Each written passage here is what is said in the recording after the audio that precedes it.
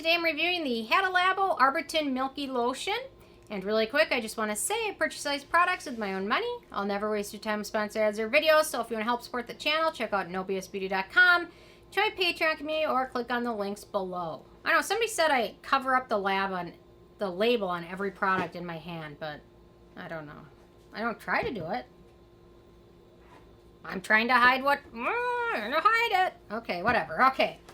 So, they say skin lightening lotion is packed with arbutin and sodium hyaluronate to suppress melanin formation. It also minimizes the appearance of freckles, dark spots, and uneven patches for a more even tone complexion and remarkably radiant glow.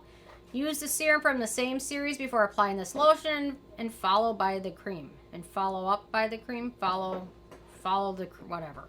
It says, and follow by the cream. Whatever, I don't know. Okay, so I've been bugged to review Hada Labo, so I'm really trying to get to more Hada Labo products. I have so many of them, so it's almost overwhelming where to even start. Because that brand has so many amazing products. Their cleansers are great. They've got this amazing toner lotion product, so I just picked this one to start with because it was one of my favorite ones. But obviously their melanol products are great too. It's where to even begin. So this is where I chose to start. Gotta start somewhere. So, inaction is unaction. Not reviewing it would be not acting.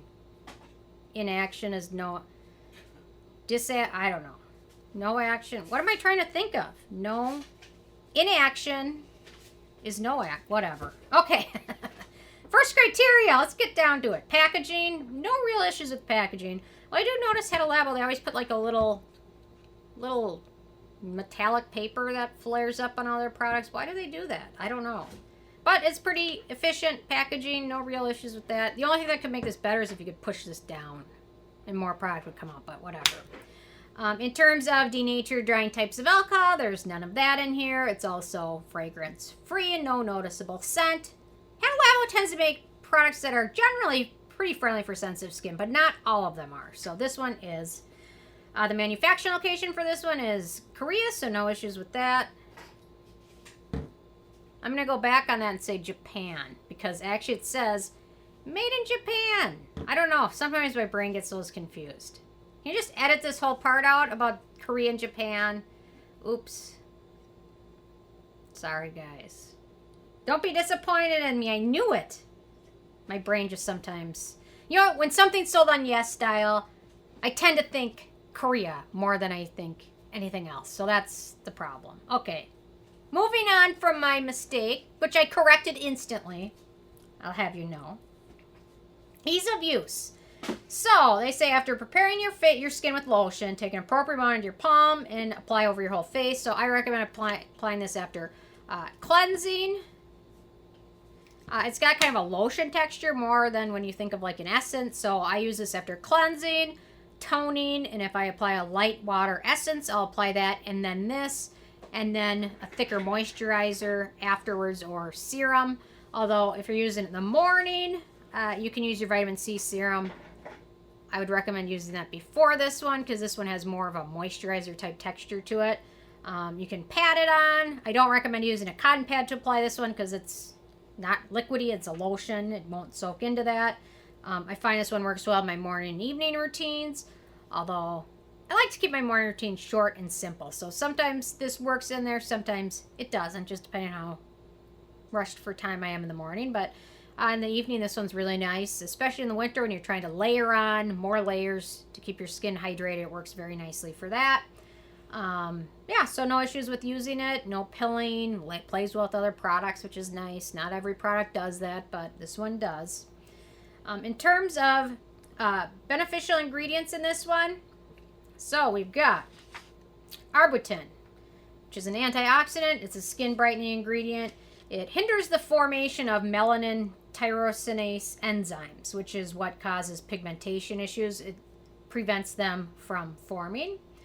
Then we've got sodium hyaluronate, which is a humectant. It's in so many products. Then we've got this magnesium ascorbyl phosphate, which is probably... in terms of vitamin C derivatives, it's probably my favorite. I really wish the one from The Ordinary would come back into stock because I'm not going to review it when it's going to be out of stock. If maybe Estee Lauder will get rid of it altogether, I don't know. but it's stable. It has potential antioxidant and skin brightening benefits, although some more research still needs to be done, in my opinion.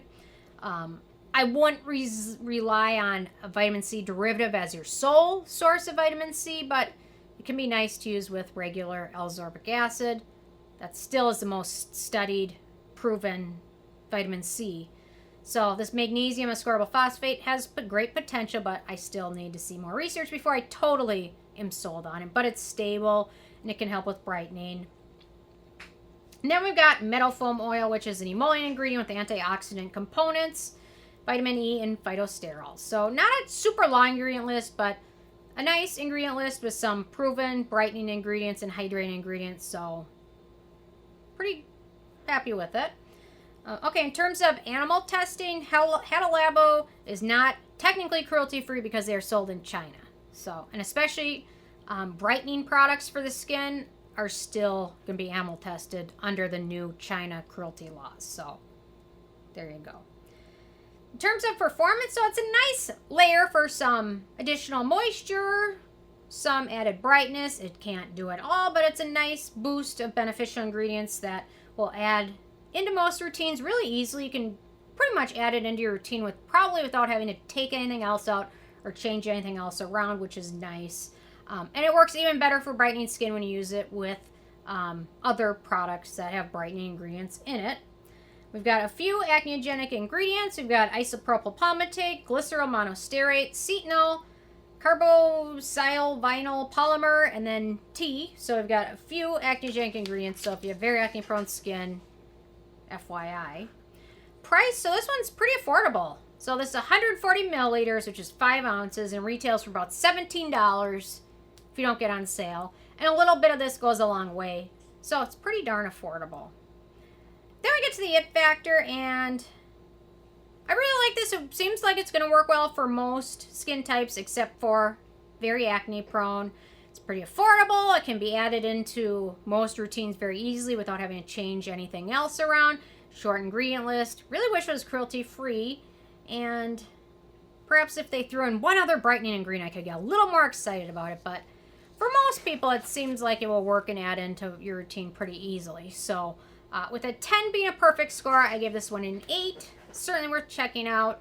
And anything that I can add into my routine without having to change everything, I'm all about. And this is one of them. So really enjoy it. So anyway, I'm interested in hearing from you guys if you've had a chance to check this one out yet or not. And if you have, what your thoughts are. So I'll leave a comment. I love hearing from you guys. And stay tuned for more tomorrow. Thank you so much.